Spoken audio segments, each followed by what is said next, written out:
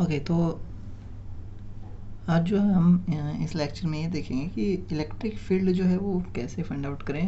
अगर कोई कैविटी है, नॉन कनेक्टिंग स्फीयर है, उसके अंदर कैविटी है और ये यूनिफॉर्मली चार्ज्ड है और चार्ज डेंसिटी हम कंसिडर कर लेते हैं रो।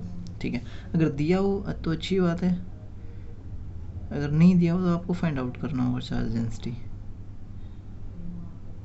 वो मान लेते हैं रो है और यूनिफॉर्मली चार्ज्ड है।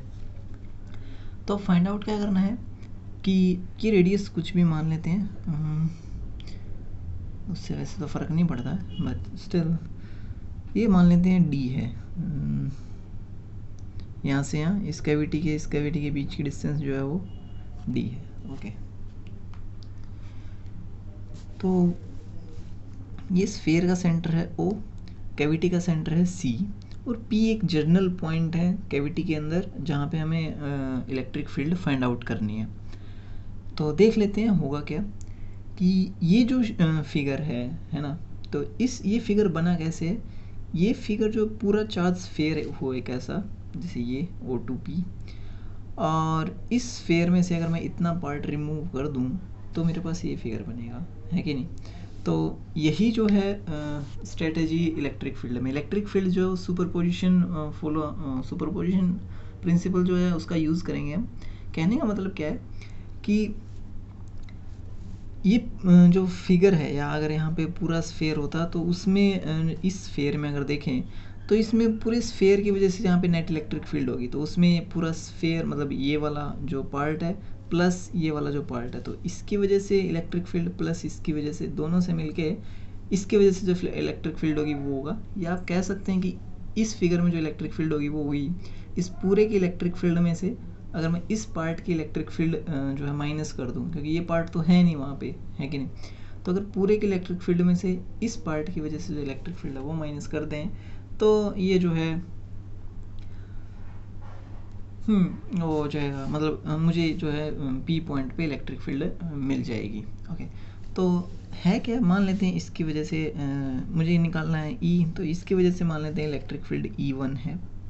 ठीक है, तो E1 जो है इस पार्ट की वजह से, और वो क्या होगी, वो होगी सिंपली ρ/3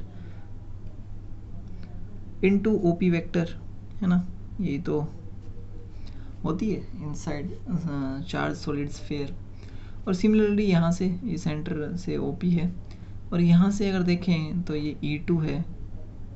E2 वेक्टर क्या होगा, ये होगा सिंपली ρ/3 और C2P। ओके, तो इसका मतलब CP वेक्टर। तो नेट इलेक्ट्रिक फील्ड क्या है, जो इसकी वजह से है माइनस जो इस पार्ट की वजह से है, तभी मेरे पास ये इलेक्ट्रिक फील्ड आ जाएगी इस फिगर की वजह से जो होगी। तो इसकी वजह से देख लेते हैं, तो ई नेट जो होगा उस पॉइंट पे वो सिंपली होगा ρ/, या आप लिख सकते हो सिंपली E1 माइनस E2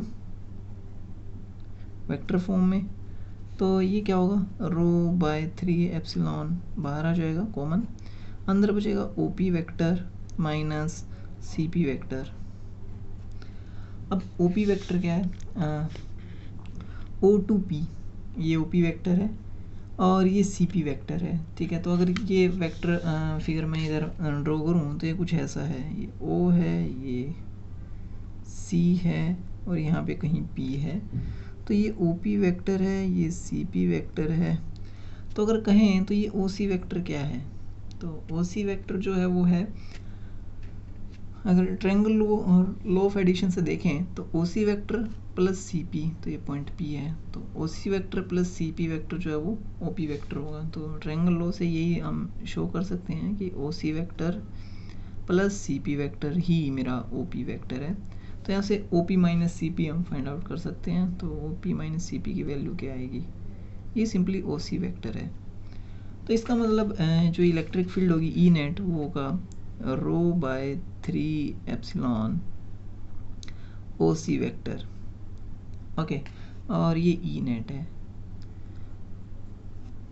तो इसका मतलब आप कैविटी OC वेक्टर है क्या, ये डी वेक्टर है, इसके सेंटर से इस डिस्टेंस का जो ये वेक्टर है। ठीक है, तो उस केस में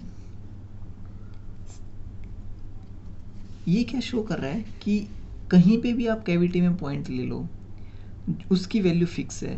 ओ सी जो है rho by 3 epsilon into O C vector होगा। पी पॉइंट कहीं भी जनरल कंसिडर कर सकते हो, मैंने यहाँ कंसिडर किया, आप कहीं यहाँ भी कर सकते हो, यहाँ भी कर सकते हो, यहाँ भी कहीं भी आप करो। तो हमेशा जो ई नेट होगा वो rho by 3 epsilon into O C vector होगा। तो ये पी पॉइंट की इंडिपेंडेंट है, तो इसका मतलब कैविटी के अंदर हमेशा इलेक्ट्रिक फील्ड सेम है। और उसकी वैल्यू कितनी है?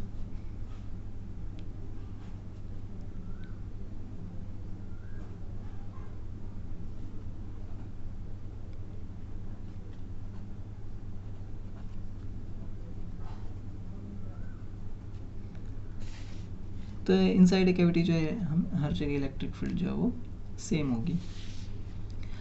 तो है कितनी वैल्यू, सेंटर पे देख लेते हैं। ये एक्चुअल में ये वैल्यू है क्या? अगर मैं electric field at center of cavity consider करूं तो E net at center of cavity, तो है तो आंसर यही, मतलब एग्जैक्टली यही होगा। बट स्टिल उसमें क्या होगा कि जब हम E1 E2 कैलकुलेट करेंगे तो अब हमें इसके सेंटर पे कैलकुलेट करना है। तो इसका मतलब यहाँ से कहीं ये पॉइंट C है, तो मुझे O2C जो है वो कैलकुलेट करना है और इसी पॉइंट पे।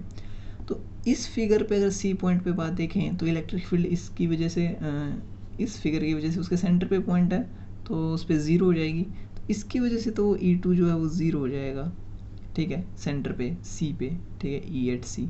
लेकिन यहाँ पे E8C जो है वो सेम होगा, यही rho R by 3 epsilon into O C vector, same.